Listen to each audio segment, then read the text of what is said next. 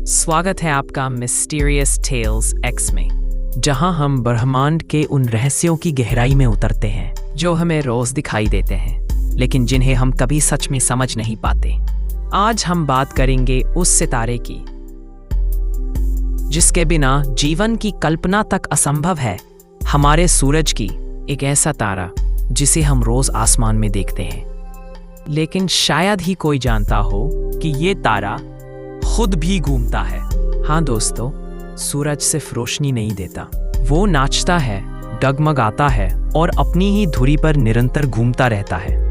और जब आप जानेंगे कि ये घूमना कितना रहस्यमय है, तो शायद आपको लगे कि हम जिस स्थिर ब्रह्मांड में जी रहे हैं वो वास्तव में कभी स्थिर था ही नहीं। सूरज कोई ठोस गोला नहीं है, वो गैस, आग और प्लाज्मा का उबलता हुआ महासागर है।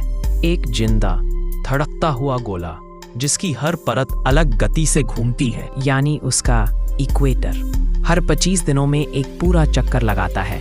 लेकिन उसके उत्तर और दक्षिण ध्रुव के दोनों ध्रुव में विश्लेषण है लगभग 35 दिनों में। यानी सूरज का हर हिस्सा अलग अलग रफ्तार से घूम रहा है, जैसे कोई विशाल जीव अपने शरीर को मोड़कर सांस ले रहा हो।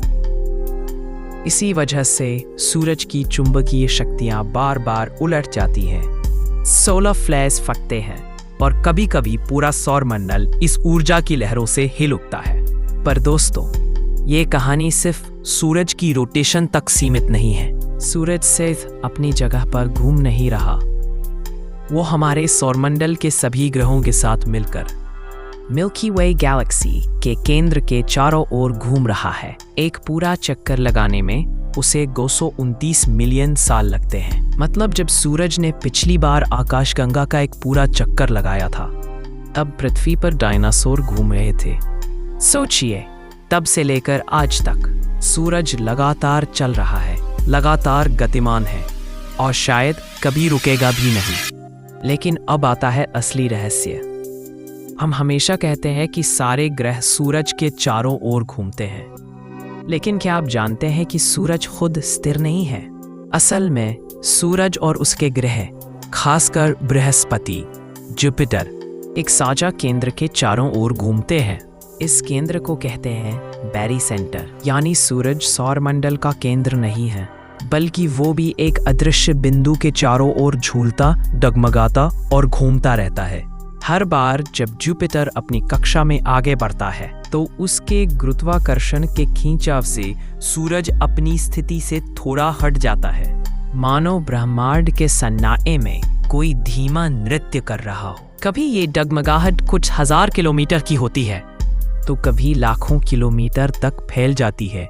कभी कभी तो ऐसा लगता है कि पूरा सूरज जैसे अपने स्थान से हटकर ग्रहों के साथ एक रहस्यमय नृत्य कर रहा हो। तो क्या हम सच में जानते हैं कि ब्रह्मांड इसकी धुन पर नाच रहा है?